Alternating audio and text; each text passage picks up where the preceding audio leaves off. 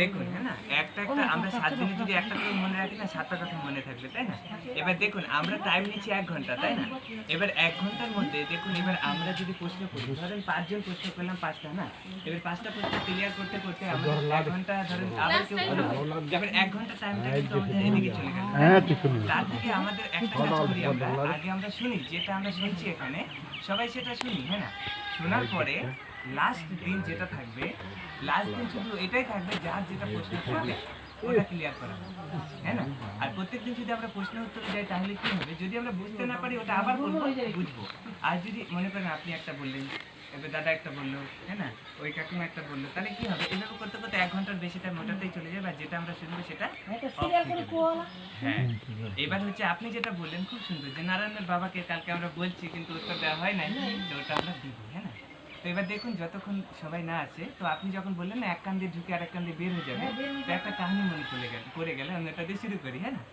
তো দেখুন একবার হচ্ছে না, একটা রাজা ছিল, তো রাজা বলছে কি যে ও একটা পাশে মার্কেট হতো, আর রাজা বলছে এই মার্কেটে যার যেটা বিক্রি হবে না রাজা সেটা কিনে নেবে, হ্যাঁ না? তো এবার হচ্ছে মানে যেটা বিক্রি করতে পারলো না ওটা রাজা আর কি কিনে নেবে। তো এবার না একজন মূর্তি বিক্রি করতে আসে, 3টা মূর্তি, হ্যাঁ না, মাটির মূর্তি, আর 3টা দেখতে একই রকম।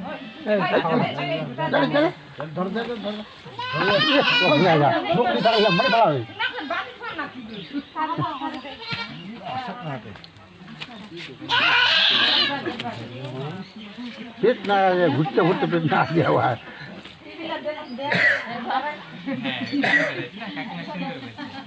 তো এবার দেখুন তারপরে হচ্ছে না, বলছে কি এবার 3টা মূর্তি, রাজা বলছে কি তোমার মূর্তির দাম কি আছে? বলছে এটার দাম 10 টাকা, এটার দাম 100 টাকা, এটার দাম 1000 টাকা। আর রাজা দেখতেছে 3টার রঙও একই, 3টাই মাটির পুতুল। বলছে ভাই এই 3টা তো একই আছে না, হাইটও একই আছে, কিন্তু দামগুলো আবার এরকম কেন? বলছে দাঁড়ান রাজামশাই আপনাকে দেখাচ্ছি। তো একটা না পিন কাটা নিল, আর একটা পুতুলের কানের মধ্যে ঢুকাইলো, আর একটা কানে ঢুকাইতে আরেকটা কান দিয়ে বার হয়ে গেল। বলে কি এটার দাম 10 টাকা, তাই না? এবার আরেকটা পুতুলকে কি করলো, একটা কানে পিন ঢুকাইলো, মুখ দিয়ে বাড়াই গেল, বলে এটার দাম 100 টাকা। আর আরেকটা পুতুলকে কি করলো, এক কান দিয়ে ঢুকাইলো আর ওর ভিতরে ঢুকে গেল, বলে এর দাম 1000 টাকা। বলার অর্থ হচ্ছে যদি আমাদের এক কান দিয়ে ঢুকে আরেক কান দিয়ে বের হয়ে যায় তাহলে আমাদের মূল্য কত হবে? 10 টাকা।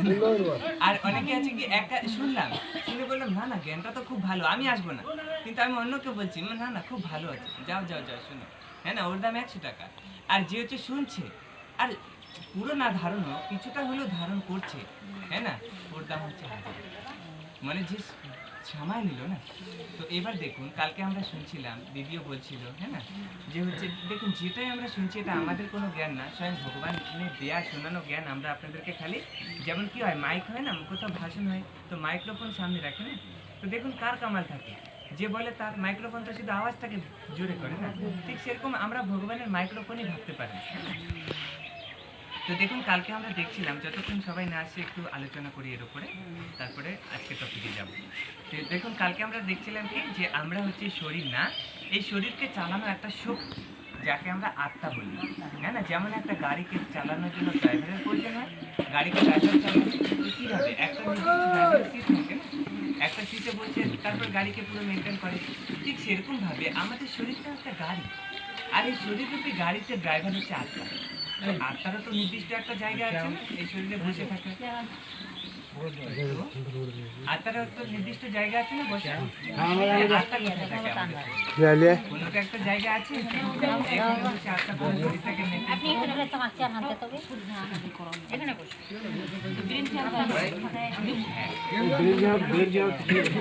পিছনে আছে, কেউ তো বুঝতে পারবে, এটা এখানে দরকার নেই, পিছনে দিয়ে দাও,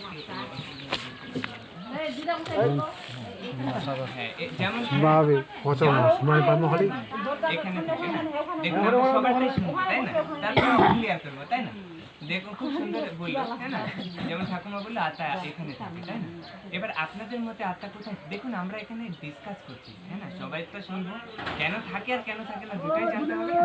যদি থাকে তাহলে কেন, আর যদি না থাকে তাহলে কেন থাকে না, ওটাও আমাকে জানতে হবে, তাই না? তাহলে আত্মা কোথায় থাকে? যেমন ঠাকুমা বললো আত্মা আমাদের বুকে থাকে, তাই না? আর আপনাদের আরো কোথাও মানে আপনাদের হিসাবে বুকে থাকে, বুকে থাকে, সবার মত বুকে থাকে, তাই না? এবার দেখুন অনেকে বলে আত্মা পুরো শরীরে থাকে। যেমন ভাবে একটা গাড়ি আছে না, ড্রাইভার একটা সিটেই বসে গাড়ি চালাবে, সব সিটে তো বসবে না, একবার মিডিলে বসে চালাবে, একবার এরকম তো হবে না, সামনে বসে চালাবে। ঠিক সেরকম ভাবে আমাদের আত্মা, আমরা বলি কি, অনেকে বলে কি আত্মা পায়ে থাকে। আমি পুরো শরীরটা ক্লিয়ার করছি যে কেন থাকে না আর কোথায় থাকে। দেখুন অনেক মানুষ এরকম আছে যাদের দুটো পায়ে নেই, তাও বেঁচে আছে। আছে কি আছে না? তো আত্মা আছে তার মানে বেঁচে আছে, তার মানে পায়ের মধ্যে আত্মা থাকে না। অনেকের কি আছে, দুটো হাত থাকে না, তাও বেঁচে আছে, এরকম মানুষও দেখেছি আমরা, তার মানে হাতেও আত্মা থাকে না। অনেকে পেটে পেটে দেখুন আমাদের কত অপারেশন হয়, এত কাটাছেঁড়া হলে আত্মা কি করে থাকবে, বেরিয়ে যাবে কি যাবে না? তাহলে পেটেও আত্মা থাকে না, এবার থাকলো কি, আমরা এটাকে বলি হৃদয়, তাই না? তো আমাদের এখানে যদি আত্মা থাকে, হৃদয় মানে হার্ট, তাই না? তো আমরা প্রত্যেকেই জানি এখন মেডিকেল সায়েন্স এত উন্নত হয়ে গেছে, আমাদের হার্টকে চেঞ্জ করা যায়। একটা হার্ট যদি খারাপ হয়ে যায় না, এই হার্টকে চেঞ্জ করে আরেকটা হার্টকে এখানে বসানো যায়। তো যদি আত্মা, মৃত্যু মানে কি, মৃত্যু মানে কিচ্ছু না, শুধু শরীর থেকে আত্মাটাকে বেরিয়ে যাওয়াকেই আমরা মৃত্যু বলি। তাহলে যদি আমাদের হার্টের মধ্যে আত্মা থাকে আর আমরা যখন চেঞ্জ করছি, তাহলে তো তখনই সে মারা যেত। এবার আপনি বলবেন কেন, আরেকটা হার্ট তো বসাচ্ছে ওখানে। তো যদি আরেকটা হার্টের মধ্যে আরেকটা আত্মা থাকে, তাহলে যারা মারা যাচ্ছে তাদের তো কিছুই করতে হবে না, একটা করে হার্ট বসা দিলে বেঁচে যাবে। সম্ভব? সম্ভব না। কেন? আমাদের এখানে আত্মা থাকে না। ভগবান বলছে আত্মা কোথায় থাকে? আমাদের দুই ভুরুর মাঝখানে। এখানে হাইপোথ্যালামাস আর পিটুইটারি গ্ল্যান্ড বলে একটা কোষ আছে। এখানে আমরা যদি সোজা যাই 2.5 ইঞ্চি, আর এখান থেকে যদি আসি 3 ইঞ্চি ভিতরে আত্মা। আত্মা দেখতে কেমন? আমরা তো কেউ দেখিনি। ভগবান বলছে আত্মা দেখতে নিরাকার এক জ্যোতির্বিন্দু স্বরূপ। যেমন আমরা আকাশে রাত্রেবেলা তারা দেখতে পাই, তারা তো অনেক বড় বড় হয়, কিন্তু কি আমরা যখন দূর থেকে দেখি তখন কেমন দেখতে দেখা যায়? ছোট্ট একটা জ্যোতি দেখা যায়। ঠিক সেরকম ভাবে আমাদের দুই গুরুর মাঝখানে আত্মা থাকে। এই জন্য আমরা কি বলি, আমাদের কপালের লেখা বলি না, আমার কপাল ভালো, ওর কপাল খারাপ, ওর কপাল ভালো, আমরা কপালকে বলি কিনা? আর দেখুন আমরা কথা বলছি, সামনে কেউ বসে যাক ভালো লাগবে? যত অব্দি আমাদের নজর এখানে না যায় ভালো লাগে না, একে অপরের সাথে কথা যখন বলি। আর দেখুন আজকে মেডিকেল সায়েন্স কত উন্নত, আমাদের ব্রেনের সূক্ষ্ম সূক্ষ্ম সেলস যেগুলো আছে না, যে ওগুলোও সব ফটো, আজকে তো আমরা সবাই জানি না, কিছু হলে ফটো করি কি করি না করি, আমাদের পুরো শরীরের ফটো বেরিয়ে যায়। তাহলে আমাদের কপালে যে এতগুলো লেখা আছে, এগুলো বেরোনো উচিত ছিল কি ছিল না? ছিল, কিন্তু বেরোয় কেন? তাহলে কি আমাদের কপালে লেখা নেই? আমরা যে বলি কপালে লেখা আছে, তো বাস্তবে হচ্ছে আমাদের কপালে ওরকম ভাবে কোনো লেখা থাকে না। আমাদের কপালের মধ্যে আত্মা থাকে, আত্মা থাকে, আর এই আত্মার মধ্যেই সবকিছু ভরা থাকে। আর আর আত্মা এতটাই সূক্ষ্ম যে সায়েন্সের যন্ত্রে তো ওকে ধরাই যায় না, ছবি আসে না ওর, তার জন্য দেখা যায় না, তাই না? আর আত্মার মধ্যে কি থাকে? কালকে আমরা শুনলাম 7টা গুণ থাকে। একটা হচ্ছে জ্ঞান, পবিত্রতা, প্রেম, শান্তি, সুখ, আনন্দ আর শক্তি। আমরা সবাই জ্ঞান শুনতে পছন্দ করি, চাই পড়াশোনা জানি চাই না জানি, কোথাও রামায়ণ, কোথাও মহাভারত, কোথাও ভাগবত হচ্ছে, আমরা তাও সবাই ওখানে গিয়ে বসি। কেন? আমরা জ্ঞান অর্জন করতে চাই। কেন? আত্মার মধ্যে একটা পার্ট আছে জ্ঞান। তারপরে দেখুন যদি দুই ভাই ঝগড়া লাগে, আর যদি বলে না আমার বাড়িতে আসলে একদম অবস্থা খারাপ করে দেবো, কিন্তু যদি বাচ্চা চলে আসে কিছু করতে পারি আমরা? বাচ্চাকে কি করবো, আরো একটা দুটা বিস্কুট ধরাই দিয়ে বুঝায় পাঠাই দিবো, তাই কি না? ওকে বলে নিবো, ওর সাথে আমাদের দুশ্মনী হয় না। কেন? বাচ্চাকে বলে মহাত্মা সমান। কেন? বাচ্চার মন পবিত্র থাকে, তো পবিত্রতাও আমাদের পছন্দ আছে। তারপরে হচ্ছে প্রেম, শান্তি, আমরা সবাই শান্তিতে থাকতে চাই না? বাড়িতে যদি ঝগড়া লাগে আমরা কি বলি, আরে চুপচাপ থাকো না, কি ছোটখাটো ব্যাপার নিয়ে ঝগড়া করছো? তাহলে শান্তি, আনন্দ, শক্তি এগুলোই তো চাই। যখন আমাদের শরীরে শক্তি থাকে না, তখন আমরা কি বলি, ডাক্তারবাবু একটা কোনো ভিটামিন দেন যেন একটুখানি শক্তি পাই, তাই না? তো শক্তিও চাই। তো এই সবগুলো কার মধ্যে থাকে? আত্মার মধ্যে থাকে। দেখুন একবার একটা রাজা ছিল, তো রাজার একটা হাতি ছিল। আগে ওদের রাজাদের যুদ্ধ হতো না, তো ওই প্রত্যেকবার হাতিটা মানে যে যুদ্ধতেই যেত না, তো হাতি ওই জিতে আসতো। তো একবার কি হয়েছে, হাতিটা এরকম স্নান করতে গিয়ে না একটা কাদার মধ্যে ফেঁসে গেছে, আর এরকম ভাবে ফেঁসে গেছে ওখান থেকে বেরোতে পারছে না, আর মানুষও ওখান থেকে ওকে বের করতে পারছে না। এবার তখন হলো চিন্তায় পড়ে গেছে, আর সবাই এবার গিয়ে রাজাকে খবর দিল যে রাজামশাই আপনার হাতি এরকম, তো হচ্ছে ও কাদায় ফেঁসে গেছে আর বেরোতে পারছে না, আর আমরাও চেষ্টা করে বের করতে পারছি না। তো রাজা তখন শুনে, মানে রাজার প্রচুর মন খারাপ হলো যে কি করে একে আমি বাঁচাবো এখন। তখন এবার মন্ত্রী বললো কি, রাজামশাই একটা কাজ করেন, হ্যাঁ না, একে হচ্ছে যুদ্ধের আয়োজন করেন। আর যখনই যুদ্ধের আয়োজন হয়েছে, আগে একটা ওদের সানাই বাজতো না, একটা আওয়াজ হতো একটা, তো যখনই যুদ্ধের ওই হুঙ্কার মানে যখনই ওর কানে গেছে, তখনই সঙ্গে সঙ্গে কি হয়েছে, ওর মধ্যে স্মৃতি মানে জাগা শুরু হয়ে গেছে, ওর চোখ লাল লাল হয়ে গেছে, একদম মানে শরীর পুরো একদম মানে মুড হয়ে গেছে একদম যুদ্ধে।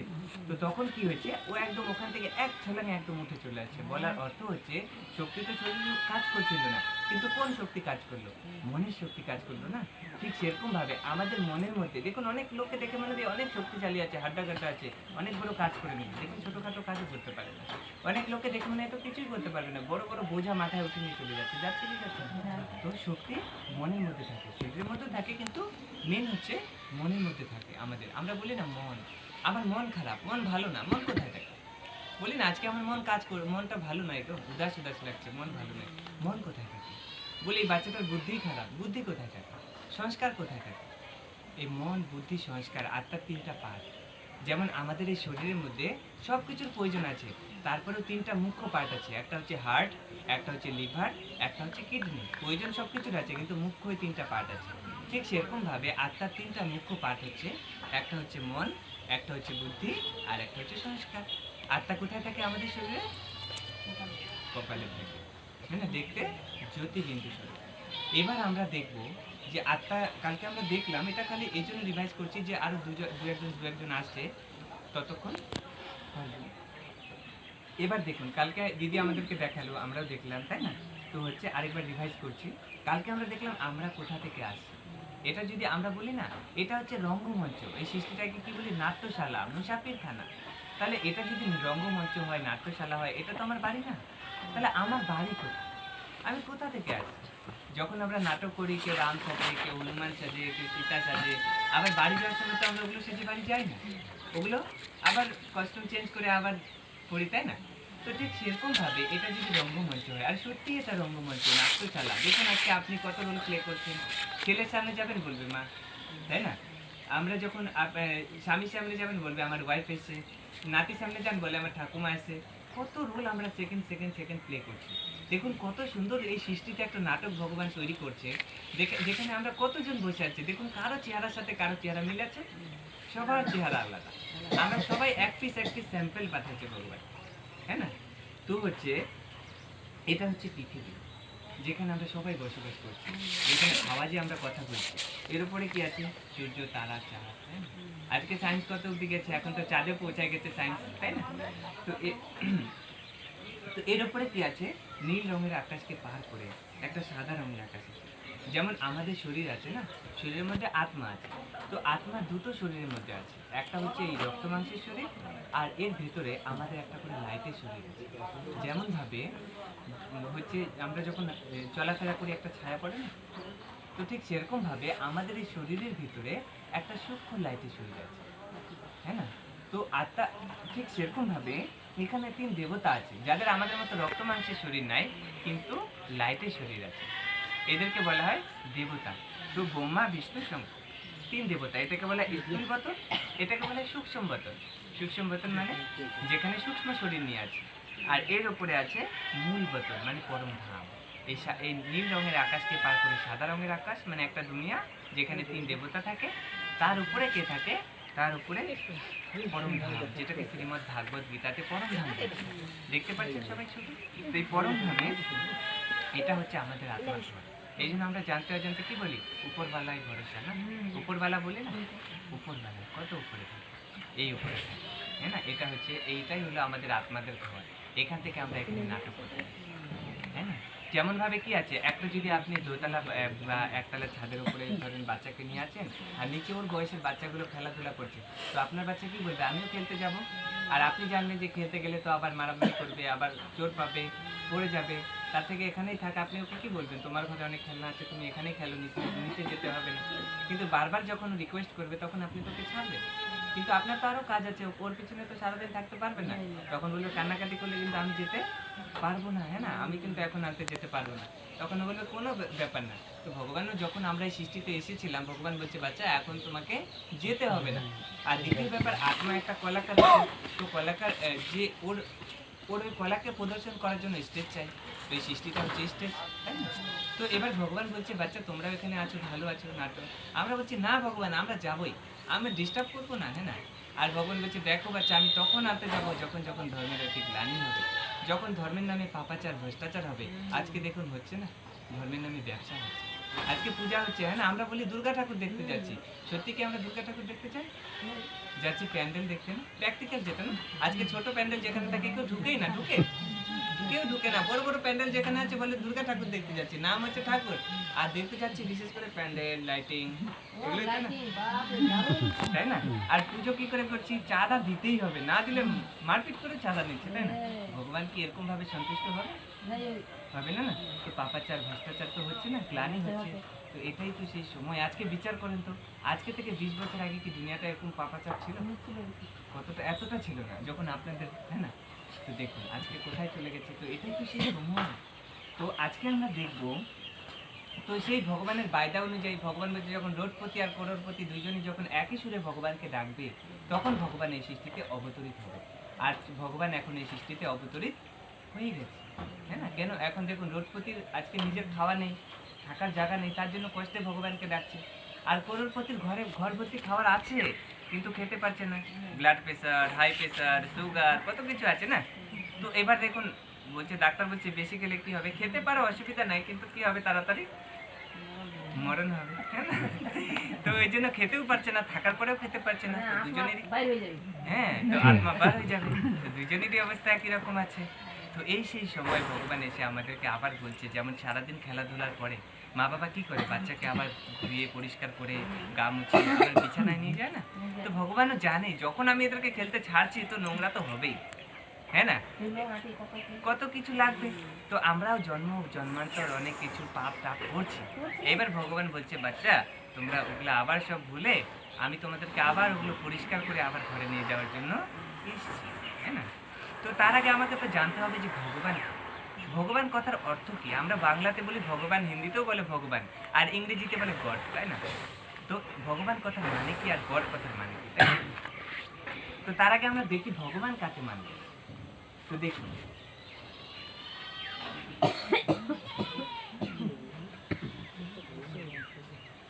তো দেখুন ওখানেও ছবি লাগানো আছে, এখানেও আছে, দেখি একটা দেখতে পাচ্ছেন সবাই? আর নাহলে ওখানে আছে, তাই না? তো দেখুন এটা বলার আগে একটা মানে গল্প শোনাই আপনাদেরকে। এই জন্য কি আমরা যদি গল্পের মাধ্যমে কোনো কিছু শুনি তাহলে আমাদের বুঝতে সুবিধা হয়, তাই না? তো দেখুন আমার কথা সবাই বুঝতে পারছেন তো? আচ্ছা, না বুঝতে পারলে বলবেন। আপনার ভাষা আমি বুঝতে পারবো, আপনাদের ভাষায় কথা বলবেন, আমি বলতে পারবো না কিন্তু বুঝতে পারবো সব। কোনো ব্যাপার না। দেখুন প্রত্যেকের মাতৃভাষা, এটা কোনো খারাপ না। যার যেটা ভাষা, প্রত্যেক ভাষাই শ্রেষ্ঠ, হ্যাঁ না? তো এবার দেখুন একবার হচ্ছে না 5টা বন্ধু ছিল, ঠিক আছে? তো 5টা বন্ধু, ওরা না 5 জনই অন্ধ। আর অন্ধ থাকার কারণে, অন্ধ মানে যে চোখেই দেখতে পারে না, তাই না? তো এবার 5 জনই যখন অন্ধ, তো ওরা 5 জন একসাথেই থাকে, একই সাথে সবকিছু করে, খাওয়া দাওয়া ঘোরাফেরা সব একসাথে। তো এবার না ওরা শুনছে ওদের পাড়াতে একটা হাতি আছে। তো এবার একজন বলছে, বন্ধু সবাই হাতি দেখতে যাচ্ছে, চল আমরাও হাতি দেখে আসি, হ্যাঁ না? তো এবার একজন বলছে, বন্ধু আমরা তো অন্ধ, আমরা আবার হাতি কি করে দেখবো? হ্যাঁ, আপনি ঠিক বলছেন। অনুমান করা যাবে, তাই না? তো এবার বলছে কি, তো নাড়ে চাড়ে দেখা যাবে, অনুমান করা যাবে, তাই না? ঠিক সেরকম ভাবে তোমরা সামনে যারা আছে এদিকেই তাকাও, পেছনে যারা আছে ঠিক বসে যাও। তো এবার দেখুন যেমন আপনি বললেন না নাড়ে চাড়ে দেখে একটা অনুভব করা যাবে। তো একজন বন্ধু বলছে, আমরা অন্ধ তো কি আছে, চল না নাড়ে চাড়ে আমরা দেখবো, অনুভব করবো হাতি কেমন দেখতে। তো বলছে, কথাটা তো খারাপ বলিস নাই, আমরা তো সবকিছু ধরেই দেখি, তো আমরা ওটাও দেখবো। তো এবার বলছে কি, প্রথম বন্ধু কিন্তু বলছে, দেখ বন্ধু আমরা 5 জন একসাথে যাবো না, শর্ত একটাই, একজন করে যাবো। বলছে ঠিক আছে বন্ধু, একজন করে যাবো, তাই না? তাও তো দেখে তো আছি। তো এবার বলছে কি, এবার প্রথম বন্ধু গেল হাতি ঘরে। এবার হাতি দেখতে গিয়ে কি করছে, হাতির পা ধরে নিচ্ছে। আর যখন হাতির পা ধরছে বলে, বাপরে, হাতি তো একদম পিলারের মতো দেখতে।